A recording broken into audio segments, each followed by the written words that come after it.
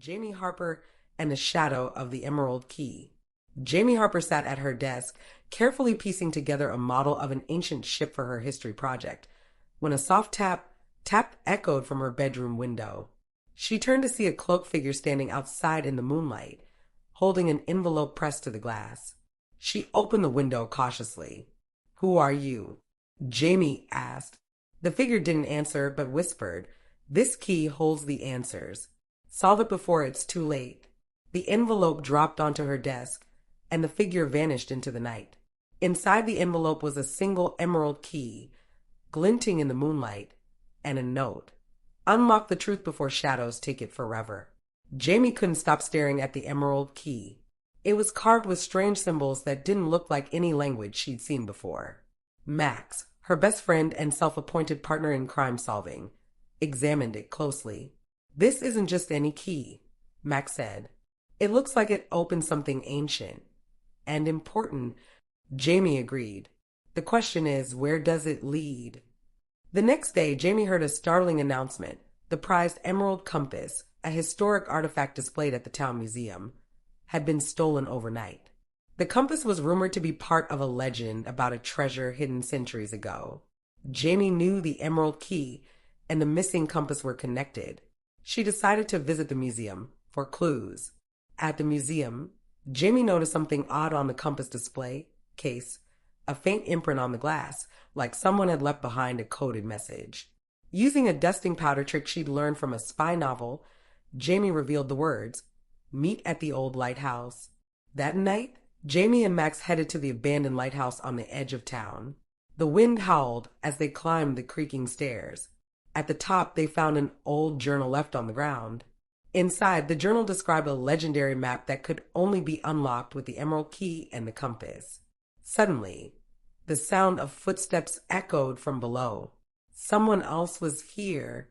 Jamie and Max ducked into the shadows as two figures entered the room, speaking in hushed tones about retrieving the map and eliminating anyone who stood in their way. Jamie accidentally nudged a lantern, sending it crashing to the floor. The figure spun around, but Jamie and Max bolted down the stairs, narrowly escaping into the night.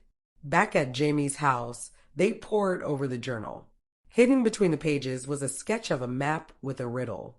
Where shadows stretch, the emerald aligns, revealing treasures beneath the pines. "It's a treasure map," Max exclaimed. Jamie realized they needed the stolen emerald compass to solve the map. But who had it? She remembered seeing a suspicious antique dealer, Mr. Garrison, lurking near the museum during the theft announcement. Jamie and Max snuck into Mr. Garrison's shop that evening. Inside, they found the emerald compass hidden in a safe. But before they could retrieve it, Garrison caught them. "You kids don't know what you're messing with," he growled. "The treasure isn't just gold, it's power." Using quick thinking and a distraction from Max, Jamie grabbed the compass and escaped. Now they had both the key and the compass, but the real challenge lay ahead: solving the riddle and finding the treasure. The map led them to the old pinewood forest on the outskirts of town. The forest was dense and dark, with paths that twisted and turned unpredictably. The emerald key seemed to glow faintly, guiding their way. As they ventured deeper, Jamie and Max realized they were being followed. The shadows seemed to come alive, and soon they were surrounded by Garrison's goons. Jamie used the compass to reflect moonlight, temporarily blinding their pursuers. She and Max escaped by climbing into the hollow of a massive tree. The riddle's final clue led them to an ancient stone hidden under a patch of moss. When Jamie inserted the emerald key, the ground trembled, revealing a hidden chamber beneath the forest floor. Inside, they found intricate carvings and a pedestal holding an ornate chest. The chest had a strange lock shaped like the emerald compass. Jamie aligned the compass and the key, but just as she was about to open the chest, Garrison and his goons burst into the chamber. Garrison demanded the key and compass, but Jamie stood her ground. Using her wits, she triggered a hidden mechanism that caused part of the chamber to collapse, trapping Garrison and his men. With the danger gone, Jamie finally opened the chest. Inside wasn't gold or jewels, but a collection of scrolls detailing the history of the town, its founding families, and secrets long forgotten.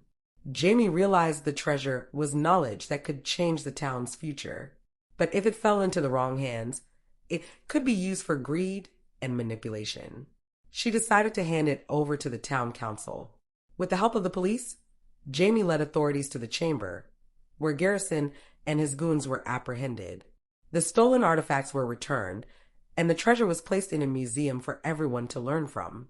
The town celebrated Jamie's bravery, and the museum organized a special exhibit showcasing the scrolls and the compass. Jamie felt proud, knowing she had protected her town's history. As Jamie reflected on her adventure, she realized the greatest treasure wasn't gold or jewels, but the knowledge that shapes who we are. The moral of the story is that true treasure lies in knowledge, and protecting it is the greatest responsibility of all. As Jamie returned home, her phone buzzed with another cryptic message, one mystery solved. Are you ready for the next? Jamie smiled. Always. The chilly night air whispered through the streets of Harborview. The town was quiet now, the treasure secured, and Garrison's gang behind bars. But Jamie's mind raced as she replayed the events of the past few days. Her phone buzzed again, breaking the silence. She pulled it from her pocket to see an unknown number. The message read, "You may have found the key, but the door remains closed. The real mystery is just beginning." Jamie's heart skipped. She glanced at Max, who had been keeping watch. "Looks like we're not done," she said with a sly grin. Max groaned. "Can't we have one quiet night?" But Jamie was already moving, her detective instincts kicking into gear. The stars above twinkled like clues waiting to be unraveled. Somewhere out there, another puzzle awaited, and Jamie Harper was ready. After all, she thought, mysteries don't solve themselves.